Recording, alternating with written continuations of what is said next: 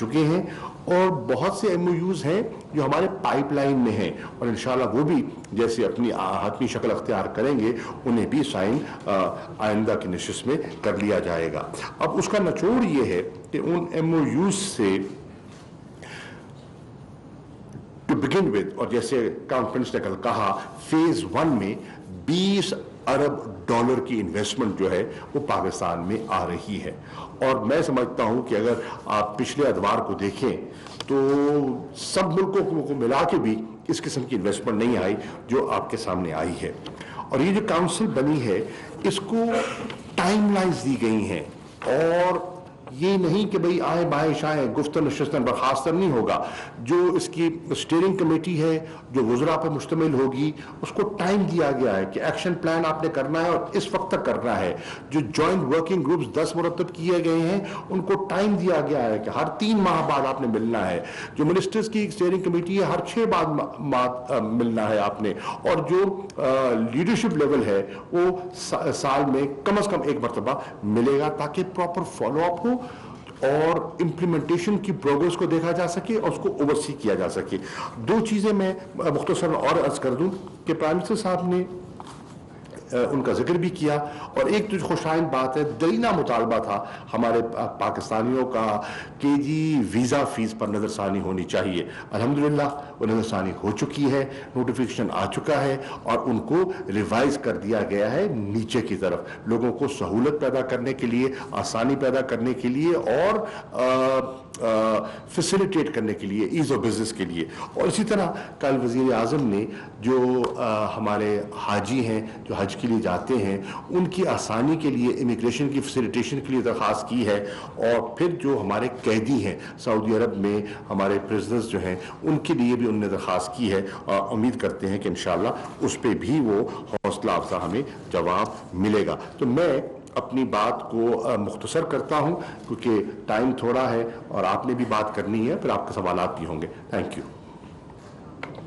Now I would request His Excellency Adel Al-Jubeir, the Minister of State for Foreign Affairs of Saudi Arabia, for his statement. Thank you. Do you want it in English or Arabic? It's up to you. I mean, English would be okay. English? Yeah, I think English would be okay. Okay, great. Thank you very much, Your Excellency. It's a pleasure to be in Republic Pakistan, accompanying His Royal Highness Prime Minister Mohammed Salman, the Deputy Prime Minister and Minister of Defense of Saudi Arabia. The Kingdom of Saudi Arabia and Pakistan have had a historic relationship that spans over 70 years.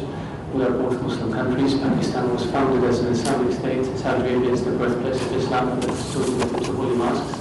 Over the past 7 decades, our relationship has grown by leaps and bounds. We have strategic interests. We have common interests. We have great cooperation with each other. We have overcome many crises in our region because of our cooperation and the strength of it. There is a desire on the part of the leaderships of both countries to further strengthen and broaden and deepen this historic relationship, and we look forward to doing so with Prime Minister Imran Khan. His Royal Highness yesterday had very productive meetings with the Prime Minister as well as with the expanded delegations.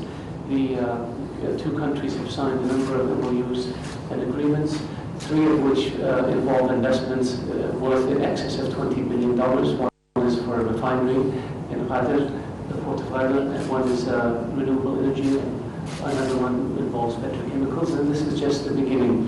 We are looking for ways to enhance the contact between the business communities in our 2 countries. We're looking for ways to institutionalize the relationship between our 2 great nations across the board of all government departments by establishing the Supreme Coordinating Council between the 2 countries, which will involve almost every facet of our governments, whether it's security, whether it's political consultations, whether it's trade and investment, whether it's culture, whether it's all across the board, so that we have a mechanism to continue to work and develop this very important relationship.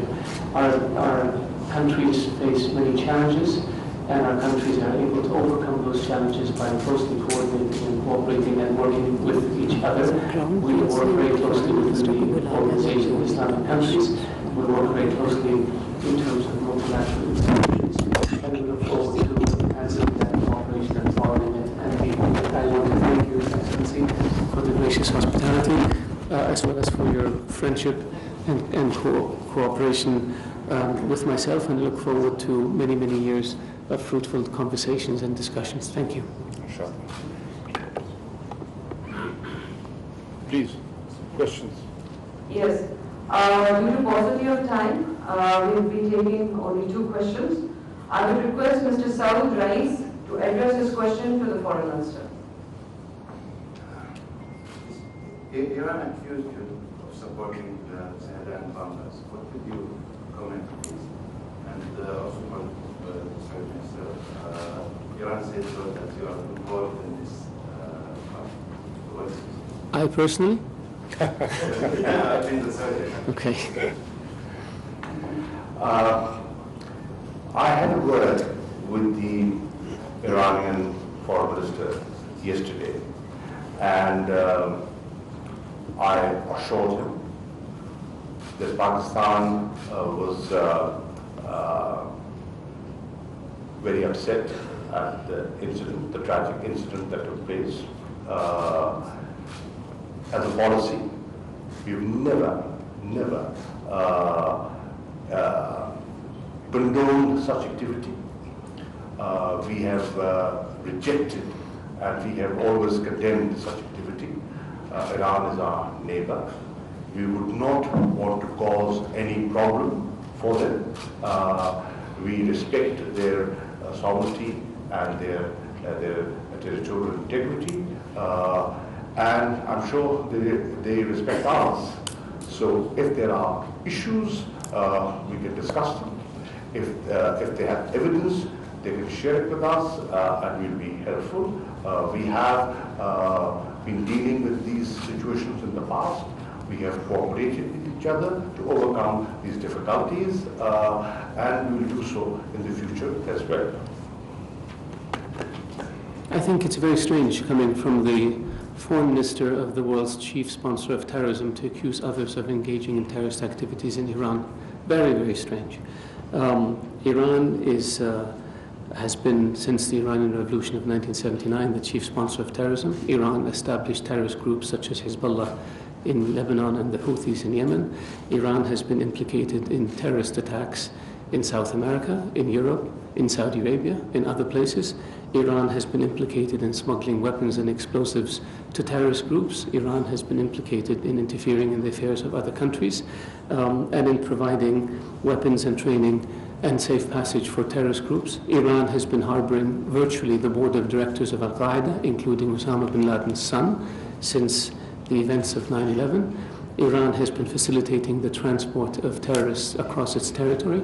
And so the last country in the world to accuse others of supporting terrorism is Iran. Saudi Arabia has been the victim of terrorism. We have been vigilant and we have been unmerciful in going after the terrorists and those who support them and condone them and finance them. We will continue to do so.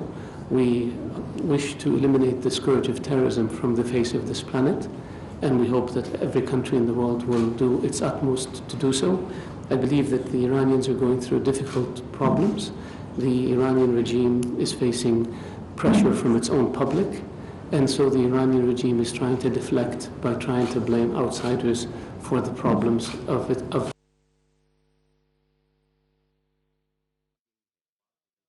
सुन रही थी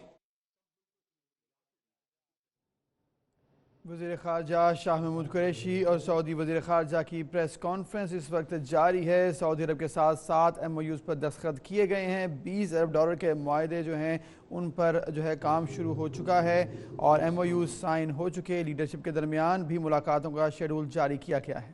We're trying to assign blame to others for problems in their own country.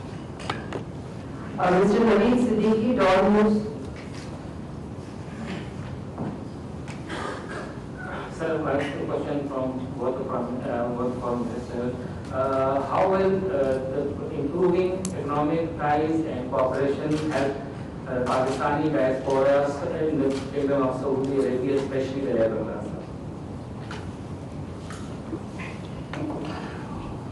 Obviously, it will help the Pakistani diaspora, as I've mentioned.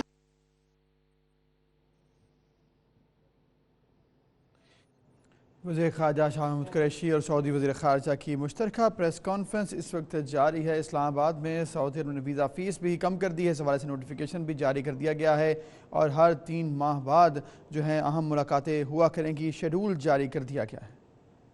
When these investments take place here and opportunities are created there, and Saudi Arabia is promoting tourism. Saudi Arabia is building new cities. They're going to be building new infrastructure. Pakistani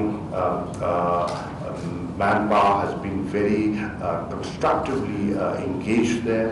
They have been they have contributed to the socio-economic development of Saudi Arabia, and there will be new opportunities created, and we expect in those new opportunities that will be created that there will be more room for skilled and unskilled Pakistanis over there. The reduction in the visa fee is also going to be helpful for the diaspora. The Kingdom of Saudi Arabia has been hosting citizens of Pakistan for virtually 70 years. Pakistani citizens have contributed to our development. They came to Saudi Arabia as doctors, as engineers, as educators, and as skilled and unskilled labor. The Kingdom of Saudi Arabia has sent many students to study in Pakistan, whether in your medical colleges, in your universities, or exchange. We have more than 1.5 million Pakistani citizens living in Saudi Arabia. They are law-abiding, they have contributed to our development, and they are most welcome in our country. I believe that as Saudi Arabia continues to grow and develop, there will be more opportunities available in the kingdom, and I believe as Saudi investments in Pakistan increase, they will generate more opportunities even in Pakistan itself. So the relationship runs very deep. The relationship is very important, especially on the people-to-people level, and we continue to work on making sure that it remains so. Thank you, Foreign Ministers, for your time. Thank you, ladies and gentlemen. This concludes our session. I can push it. Yes. You want to take a couple more questions? I can take more questions, but उन्होंने जाना है, क्योंकि उनको. Maybe we can take. You can? More? Okay. Yeah. You can take 5 minutes. Okay. Wait, please. The next question will be from Ahmed, Al-Mahmoud. Maybe like Excellency. Maybe 2 more. Yes, 2 more. All right. Now I request Mr. Naveed Akbar from our News for this question. Sir. Sir. Thank you. I'm not to be letter, by the way. Sir, please begin the point. Okay. My question to board of Excellency. Sir, what strategy can the 2 countries adopt together for adopting common road in tackling digital issues? Tackling digital issues. What strategy issues?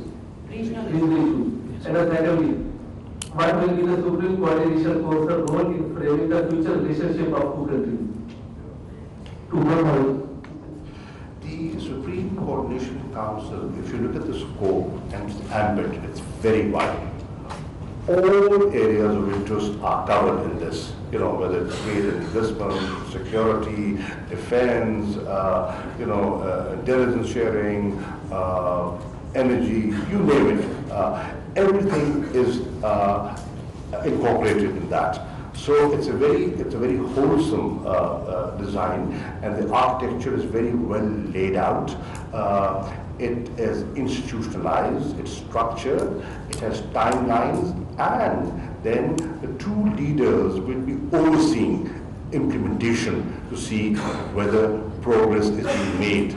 And there are glitches, we will overcome those glitches, from time to time. So it's a very comprehensive plan, mechanism that has been put in place, and inshallah we hope this will deliver. We will deliver through this mechanism in fulfilling the vision of the 2 leaders. As far as the regional issues are concerned, Saudi Arabia and Pakistan have had commonality of views on a host of issues, and we have worked closely together in the past, and inshallah we will do so in the future as well. I think my brother, the Foreign Minister, covered everything exactly the same way I would cover it. So if I were to respond to the question, I would repeat exactly what he said.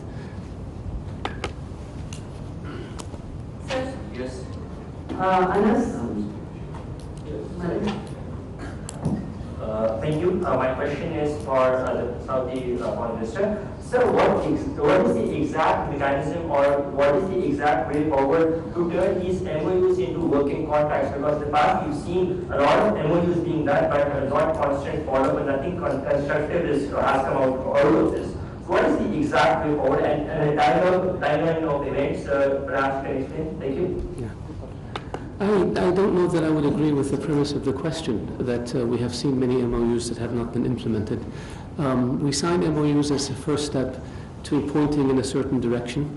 For example, we signed an MOU for the construction of a refinery in Adel for about $10 billion. Now that we have said that this is our intention to invest, and it's Pakistan's intention to accept that investment, now the technical people will look at it, the finance people will look at it, the plans will be drawn up, and then you take it to the next level. So that's our intention. The same with renewable energy, the same with petrochemicals. Our objective is to ensure that we participate in Pakistan's economic growth. We believe very strongly that the government of Prime Minister Imran Khan is determined to take Pakistan to a higher level. We believe that there is great potential in Pakistan for investments, and we want to be part of Pakistan's growth. So this is not charity, this is an investment. There's a benefit for both sides. And if we didn't believe in Pakistan, we wouldn't be looking at investments like this. So that's how we intend to move forward. With regards to other areas, for example, the security cooperation is ongoing. We have very, very close ties in terms of counterterrorism and so forth. The military-to-military relationship is very strong. The people-to-people relationship is very strong. The cultural relationship is very strong.